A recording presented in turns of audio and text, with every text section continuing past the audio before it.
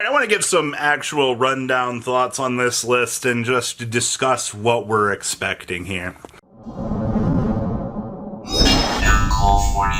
Make sure you guys smash the crap out of that subscribe button so you guys don't miss out on more awesome content. My hair looks Super Saiyan today because we've been moving around furniture for most of the day.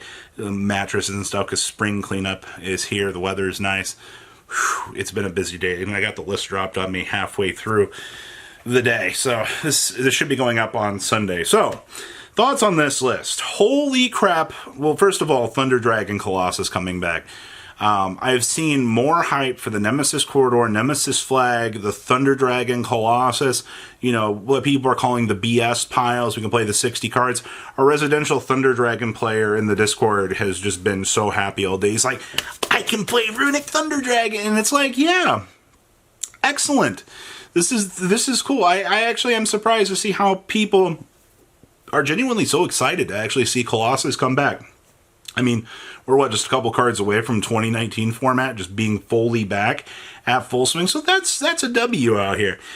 Now, the amount of people out here that are just so shaken up by Baron de Fleur and Borreload Savage Dragon getting cratered off into the abyss. I think one of the things that people kind of need to understand out here is these two cards have been the product of so many end boards out here. Granted, I mean, Synchro's been, the Synchro Turbo use a Fudo Gas Turbo deck uses that. That's like the rare exception they're supposed to put those cards up. Sword Soul was always clutching on to Baron. And then, of course, the pure Snake Eyes deck is making formula on into Baron de Fleur during the opponent's turn, basically, you know, getting the chance to trigger all these extra effects. And on top of things, they're making Borreload Savage. These cards are generic cards that people are clutching onto as negates. And Konami finally took a look at this and said, all right, this is how we're going to check Snake Eyes. Because to be honest with you, the pure Snake Eyes build was kind of becoming a little bit more powerful. Actually, it was definitely way further ahead than the Fire King Snake Eyes build by about 1,000 miles, in my opinion.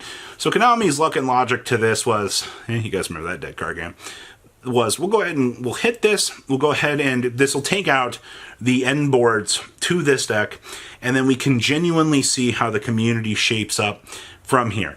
The fact that they did drop this list in April means that we can actually have a list at the end of the national season, at the end of June, right before we hit into those WCQ seasons, and use the results from this format to actually gauge and appropriately set things up.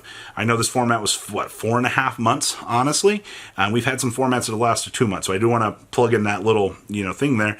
There is a possibility that we will see a shorter-termed list pop on out here along the way, so if you're not a huge fan of this format, relax, we'll see where it goes.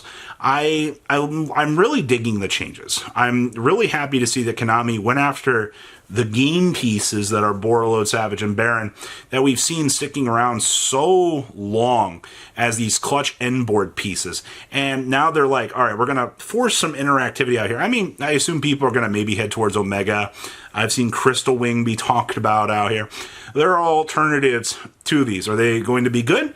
Well, I don't know. We'll have to wait and see, but just shaving down that pool of things is really, really good. Now, that also makes Synchro Zone a really good card. Speaking of Synchro Zone, holy crap, Runic dodged another list, baby. I don't know what Runic is doing out here, but I'll take it, all right?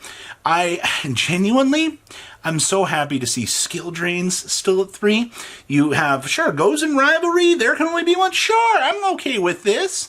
Sign me up. All right, I'll play my Floodgates all day long. All right.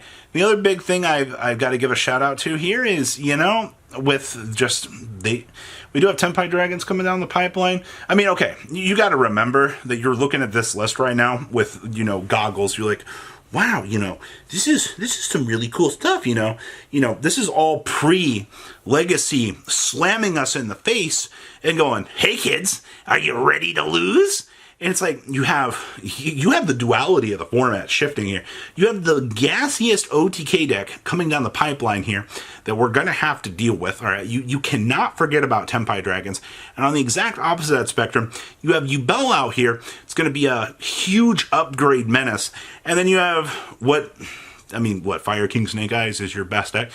I understand that a lot of people are like, wow, they actually went after Linguriboh. Linguriboh was a crazy Link 1 that literally allowed Pobbler to crystallize itself, and you could do the free little extension plays. I understand that we can go Relinquished Anima now and achieve the exact same result. I get that. Alright, but the thing was, Linguriboh could also pop itself back out of the graveyard and dodge some certain hand traps. By taking Linguriboh out of the picture, they're ensuring that, things like Valor, things like Imperm, these hand traps will actually stick on their intended targets instead of, Linguriboh going, ha ha, I dodged! Ah, get good! What are you gonna do? That was the real problem with the card was the card invalidates hand traps. And that's a little bit of an issue. Now on the topic of Magispector, I think Magispector is going to be interesting. I don't know how well Magispector is going to show up. I mean, I've seen Magispector out here. It's been doing pretty decent on a lot of the local series. But once again, that's the locals grind, all right? Pretty much any decently tier 2.5 up deck can do well on a local scene. Even some like tier 3 garbage can do well. It really just depends on your local setting. But I do wholeheartedly think that having Unicorn back is going to excite a lot of people, and it's going to give Pendulum players a chance to want to splash Bambukus into the deck. Yeah, we still don't have Electromite, but beyond the Pendulum, you have Exceed the Pendulum. You're going to see a brand new era of people trying out these Pendulum decks. The list is intended to revitalize interest in the game. I just wish we would have had this list 2 to 3 weeks earlier so we could have actually tried to play, this format. Because this format's going to be literally a week and a half. All right? Actually, not even that. Because Sneak Peek is literally next weekend. You hit the list on Monday and you're like, oh, wow, I get a week to play this. Wow. So fun and original. And it's like, you could have shaped this up to be one of the coolest changes in the format. Because you guys remember before Fire King came out, Orcus was starting to show up. You had the Orcus Runic deck, which was one of the coolest little innovations that we saw out here. And that's the kind of stuff that I like to see people trying. Oh, Robbie, you didn't talk about Orcus yet. Yeah, I really don't think Orcus matters right now. Just about as much as, all these people that make the I'm quitting Yu-Gi-Oh! Because Sky Striker's at full power. It amazes me that people look at Sky Striker still to this day. They take the biggest dookie in the center of the room, and they're like, I made that! Alright, you want to hear my opinion? I don't like Sky Strikers, I'm quitting the game. It's like, but Sky Striker's like tier 2.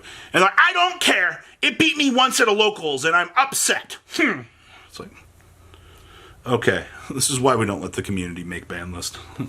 They'll do things like that, but honestly, I mean, Raid Raptor, hey, to the rogue players out there, Raid Raptor's still sitting there.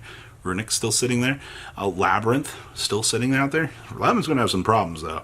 Not only do they have to deal with Tenpai Dragon, I mean, they can set the Threatening Roar. I guess that's cool, but, then you have to do the follow-up. They're not sitting good at all. Also, Yubel's Damage Reflection, not going to be a fun time for them either. It's the fact that this list shakes things up just to go, hey, here's your next core set. Enjoy Tenpai Dragon OTKing you, and your life points are 0. That's it. I'm excited. I personally, I've heard a lot of people complain about the list, which is understandable. You're going to have that every single one of these ban lists. Everybody has an opinion, but I think people are mad that they have to think now. They can't just go, ooh, me make Baron, me make Savage Dragon, oh, me good at game. Me win. I like this. This is easy.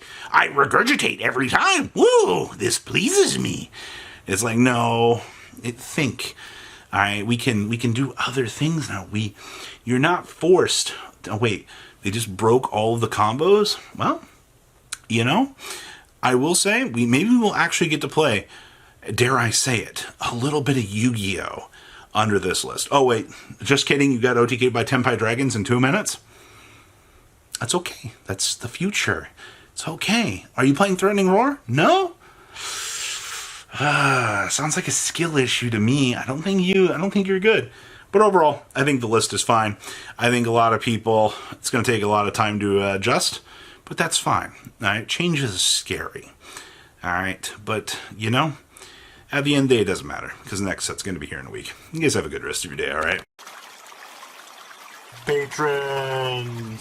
Thank you!